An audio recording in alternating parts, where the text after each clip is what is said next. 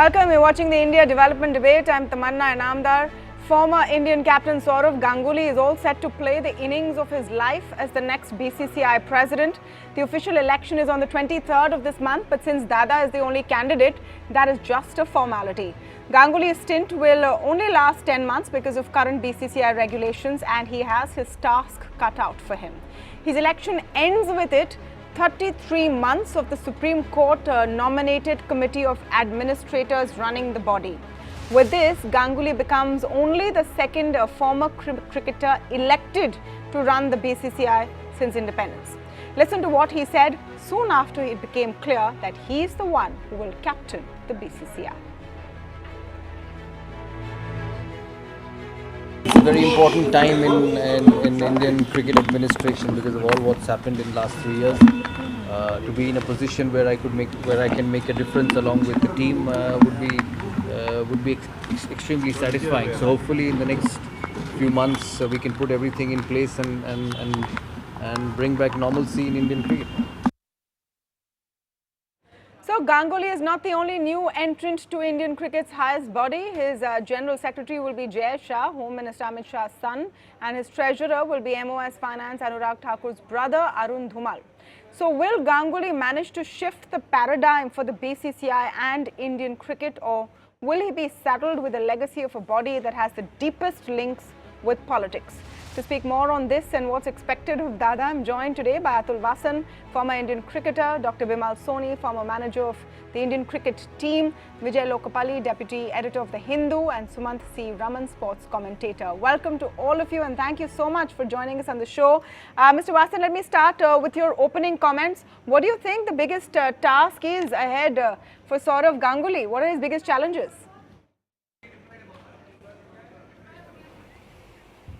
I don't think so that there's a big challenge. Indian cricket is in a very good space at this minute. You know, the structure is very nice. A lot of money is coming through, is going down to the NCAs, zonal academies. So you can see the results. But, you know, this ad hoc arrangement of COA went on for too long.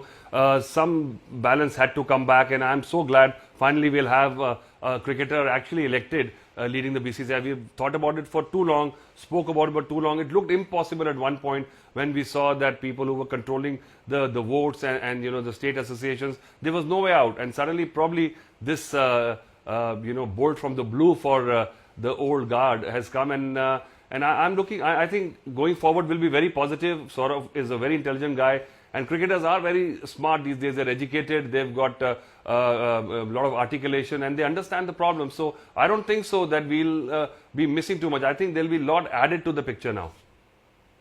Mr. Lokapalli, how do you look at it? The fact is that Sourav is sort of a consensus candidate, and everyone has sort of agreed upon him. So even though there is an election, it's not really a contest. Do you think 10 months is going to be enough, first of all, for what he hopes to achieve?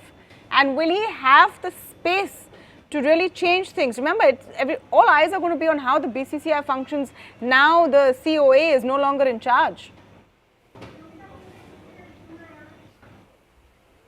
Yeah, I think you've asked me too many questions. I'll have to. One is he is very well placed, having led India, having played outstanding cricket, so he understands what the cricketers need, what the game needs, what the spectators need. As far as administration is concerned, he has the experience of being president of the CAB, so he's done a wonderful job there. And I expect Sourav to bring in a lot of changes. It is, see, like Atul was saying, we never thought of cricketers coming in because earlier cricketers were not willing to come in. There was, for whatever reason, we had Dungarpur as former president, we had Ghulam Saab as secretary once, but Sourav brings a lot of freshness. He is there with a vision. He hasn't disclosed yet, but 10 months I think is enough for him because he, in fact, the way he works 48 hours a day, so he will need maybe in 3 months you will see some changes, and he wanted to be in this position. So I think if there is no contest, it is a tribute to Sourav Ganguly's stature. If I am not mistaken, I think it was one of his conditions that it should not be a contest, and the fact that he has been elected unanimously is like I said, it augurs well for the game. What do you think should be his priorities? Let me come to Bimal Soni with this point. And Sourav Ganguly, in his statements today, has listed a few things, increasing remuneration for first-class cricketers, etc. In your view, Mr. Soni, what should be the first top priorities for Sourav Ganguly as he takes over the BCCI at a very difficult time, where its image has been pretty battered? I know BCCI has gone through a rough time, but don't forget BCCI was a very professionally run body. It is one of the best runs board. But at the same time, with now a cricketer coming in and that also a person like Sourav, I think he would be able to place what was missing for cricketers. Whether it's the money, whether it's the process of how young cricketers have to be brought in, and whether it was how matches have to be arranged and organized in the cricketer's way. So all these things he would bring in next 3 to 6 months and start the wheel. At the same time, since board has got so many professionals working, we have a proper CEO. I think once the directions are given by the body, they will be very nicely followed and we'll see some changes in the board, which had stagnated in last 3-4 years because of all these complications coming in, Loda committee reforms coming in, and now with Sourav and the new team, even Jayesh is a youngster who wants to do something for cricket. He has played under 19 and 21 for Gujarat. So I think we are into right hands and of course with a professional board team. Okay, let me come to Mr. Raman for his opening comments. Mr. Raman, of course, everyone's very excited about Sourav Ganguly. Everyone's congratulating him. But what do you think are the biggest challenges now he faces? What should be his top priorities? No, I think in many ways it is sort of back to square one for the BCCI. Not because Sourav is not the eligible person. I think he's absolutely a very good choice to head the organization. But I think he's essentially come in as a kind of a proxy candidate of the BJP faction, or as it were. Look at the sequence of events. They've all had meetings yesterday.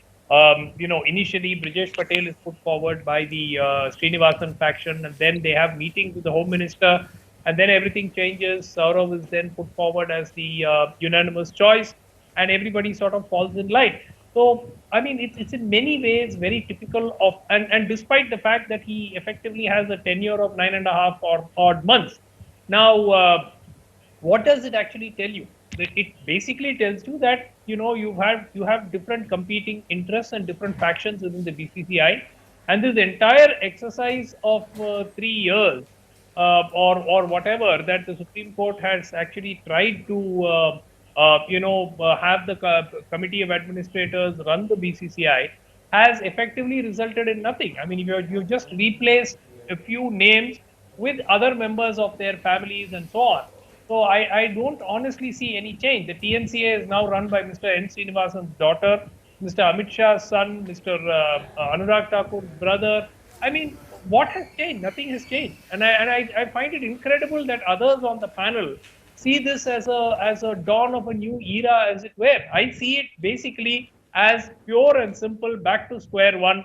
Nothing has changed, and I don't think Mr. Ganguly would in any way be able to be his own man. I mean, he is basically a candidate who has been propped up by one faction, and he will have to toe the line. Pure and simple. Okay, I want to open up the panel to responses to what Mr. Raman has said. He has not minced his words. He's saying what has changed. You always had politicians and their representatives in the cricketing body. You have that again. The fact that Mr. Srinivasan and Rajiv Shukla actually took Sourav Ganguly then, we showed that in the pictures, shows that he's their candidate. They were anyway the old guard that the Lodha committee had effectively replaced. Is it back to status quo? Atul, I'll come to you first. Yeah, I don't think so. See, it's never black and white. Where we were and where we are progressing, this is a cusp period in the middle. So I would not actually look at the glass half empty. I'm sure things will take time. People are trying to just manipulate whatever is in the rule. Conflict of interest is something Sourav is going to look into, because the intent was right, but there's a lot of ambiguity, and I think the intent was that too much power was concentrated in few individuals, in administration also, and in cricket only the few top names were doing everything around it and nobody was getting a chance. So I think that mindset has changed, but there are some issues where some common sense has to prevail. And the domestic cricket is another problem which Sourav needs to check, because dilution of the quality is there with so many teams. Doesn't make sense. It is giving a bad name to our first class cricket. But having said that, the politics will remain. I don't think so that is as bad as the past, where few people used to just sit around a table and do it. And at least the cricket has come. Even it's come with some manipulation. I'm all for it. At least a big name of Indian cricket, the captain, and a big figure who's performed for India on the field is heading the cricket. Okay, so that's a glass half full way of looking at things. Okay. Sunil Gavaskar was interim president in 2014. Okay. Bimal Soni wants to respond. So the politics remains. Yeah, what the I would politics like to remains, say but is at least there's that Sourav give Ganguly. Sourav some time. 10 months, but he has just 10 months, Mr. Soni. What I am saying is that whatever has happened in the years will not go off immediately. But with Sourav there, he could make the changes. He has the stature, and if he puts his mind and is not, dominated by the who's who has been in the BCCI, I think he can do the changes. He has got the mandate. At the same time, I'm not saying overnight everything will change, but he could lay a process which could lead to cricketers coming in, proper things happening. What stagnation was there with certain caucuses working will go off, and I hope he does that with a firm mind, and he would be ably supported by the young team which has come in with him, and let us see. But we should give him 6 months to see what happens. Okay, so give him some time, says Bimal Soni.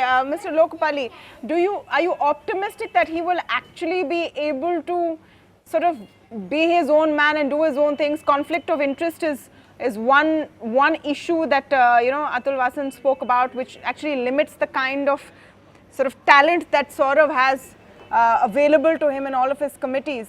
But do you think he can really shake the boat much, because it's baby steps, right, coming out of the Lodha committee regime? Yes, Mr. Lokapali. Yeah, I think it will be very call Sourav a dummy candidate or a puppet, because having known him from the time he was trying to break into international cricket, I've noticed that he has always played cricket on his terms. He was never an undeserving member of the team, in whichever role he was to be seen, whether as an opener or as a captain, and he always delivered. I think 90% on 90 occasions out of 100 he delivered, and he has a very strong mind. He understands the game very well. He will have his people to assist him when it comes to administration, and I don't think any one of us on the panel is more qualified to judge Sourav's understanding of cricket and what lies ahead. He has already said what he wants to do, and he will not be dictated, or he will not be told to do certain things by certain people. As far as Srinivasan and Rajesh Shukla escorting him in, there was no bar on them from attending the meeting. They didn't go to vote. So what we see from outside is not always true. Like Mr. Soni said, he's been there with Rajasthan cricket for so long. It gives Sourav some time. Have some faith in him. Yeah, that's a fair point. And I'm he sure knows how it works. is something to look forward to. A cricketer. Sorry. I'm saying Sourav, you have a point there. Sourav knows how the inner workings are. He knows how the administration runs. So he definitely has an advantage there. Yes, he knows it. He of course, as an India captain, I have seen him. I have seen him set things right for the team. He made a few demands because he wanted cricket to be played on certain terms, cricketers to be paid well, to be looked after well. So he did it as a captain. So why can't he do it as a board president? I don't understand. Okay, let me come to Sumant on this. You know how it sits with Saurav's personality. You know, plays on his own terms, not known to mince his words or hide or mask what he's feeling, not always very subtle. How do you think a personality like him will change things when he sits on top of the BCCI? Yeah, look, I think that there are no two opinions that Sourav would be a very good choice. Now, that is not in dispute. Does he have the experience? Does he have the qualifications? Does he have the caliber? Of course he does. That is not in dispute. I don't think any of us on this panel are doubting that. But the manner in which he's been brought in, I mean, it isn't as if there has been a democratic kind of an election. He's basically been brought in by two coteries who couldn't agree on, one coterie wanted Brijesh Patel, the other coterie was sort of looking out for somebody, and then they found that Ganguly would be an ideal choice to sort of prop up. So, I mean, he hasn't come in on the basis of, everybody sort of, going on a idea of having him there. Brijesh Patel was clearly the first choice of one group, at least till late yesterday evening. So the point is not whether Ganguly is the right person for the job. He may very well be the right person for the job. The question is whether he would have a mandate. Mr. Soni mentioned he has the mandate. He has the mandate from whom? And that's the point. I mean, that's the entire point behind this. Now, we hear that, in Cricket Association of Bengal, Mr. Dalmia's son is likely to take over as the head from once Ganguly moves to the BCCI.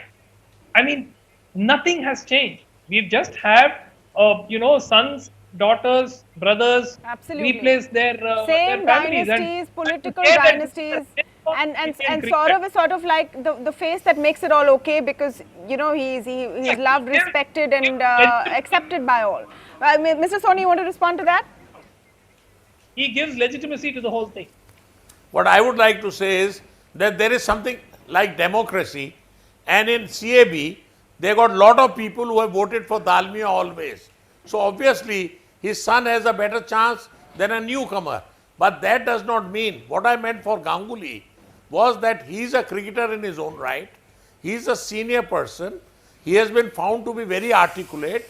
And if he gets this post, let us see how he performs. If he doesn't, it's a small tenure. But he has to make a big name. It's not about him. Ultimately, the person who takes over from him will know what he has to do. No, but what the point Mr. Sumant Raman is making is not about Sourav Ganguly being good or not. I don't think anyone is denying that. It's about the rest of the structure, and has anything really changed after nearly 3 years of a different kind of an experiment which was meant to shake things up, which was meant to sort of free the BCCI from the clutches of... Let's see how this... of this entire cozy club. The politicians have changed along with the parties in power. I agree with you. But what happened to the rest? Okay, Atul Vasan wants to come in. Yes, Atul Vasan. Yeah, let me tell you, because we have said enough about Sourav and his capabilities, but let me tell you, if we compare it to earlier days of the board, the incumbent group is used to be all and end all of this. They could take decisions, and there was like an ad hoc way of doing things. These days are different. We are going to get an apex council, we've got a GM, we've got a CEO. So president is not going to be such a powerhouse at this scenario. So, it is not that as if Sourav wants something, it will be done. You have to follow a process, and all eyes are there on the system now. So I think, but Sourav is the kind of guy who likes to emphasize his own mind, and he's got his own decisions. There might be just a ego clash at times with the system. I can foresee that. Okay, that's Sumant, you want to come in on that and the checks and balances? There's just one other point. There's just one other point, and there is a lot of speculation that this may in some way be linked to the upcoming elections in a little over a year and a half or so in Bengal. Now, Sourav, of course, has denied that, but that it's very difficult to sort of completely dismiss it as out of hand. That this may in some way be connected to the BJP possibly wanting to use his charisma and his popularity in Bengal I noticed that Mamata Banerjee was one of the first to sort of congratulate him and in a very hearty way. Yeah. But you never know. We'll have to wait for the answer to come for that. Yeah, so that I think, I think today we should focus on what Sourav does for the BCCI. Now we know cricket and politics have this weird marriage in any case. Does the BJP need a Sourav Ganguly to do better in Bengal? He was, seemed to be backing the TMC.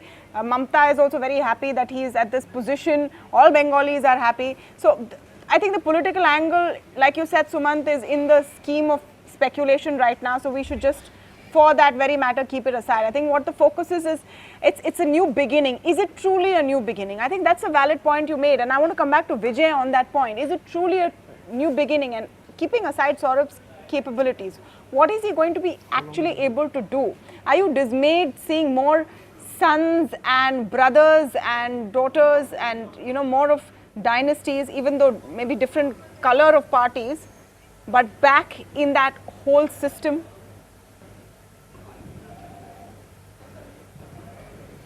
Well, I would like to know in which system or where in India you don't have this nepotism in every field, politicians, cinema, right? Sportsmen. We have had so many cricketers emulating their fathers, but here, why is Sourav being doubted? Is it because you think that he is new? I don't know. Suman said lack of experience. No, he had lack of experience when he led India after the match fixing scandal. He was made the captain, and look where he took India from. Yeah, so from that position, if he could show the way, this is just a small. This is not a challenge at all for him. The whole cricket is well structured. Atul should know better. He has been a selector and a cricketer himself. Everything is well structured, and now there is transparency. That is the biggest gain in the last 3 years. There is complete transparency in how the board will function. The constitution once upon a time was a classified document. Today you can see it on the website. You can challenge them. So all these changes are good for the BCCI, good for cricketers. My only request, and I am sure Sourav will look into it, is if he will look after spectators' interest. That is more important. No, absolutely. There's a long line of things that Sourav Ganguly has to look at. Umpiring, the quality of umpiring. He's talked about remuneration for first-class cricketers. He's talked about BCCI getting its dues from the ICC. All of that is on top of his agenda. 10 months is not enough. Sumant, you want to end with you're feeling a little optimistic that Sourav will manage all, the sons and brothers to one side, but Sourav will get his way? I sincerely hope that he would be able to do a lot more than a pure play compromise candidate who doesn't have a stature of Sourav Ganguly. So definitely, see, he is the one, or he is the face that lends legitimacy to this clique of people around him who are who want to sort of use him or prop him and show him up to the world. He hardly seems to be a yes because man. He has the credentials. He hardly seems to be a yes man. Atul, last word to you. Yeah. He hardly seems to be a yes man. Do you see that kind of a conflict up ahead? I was...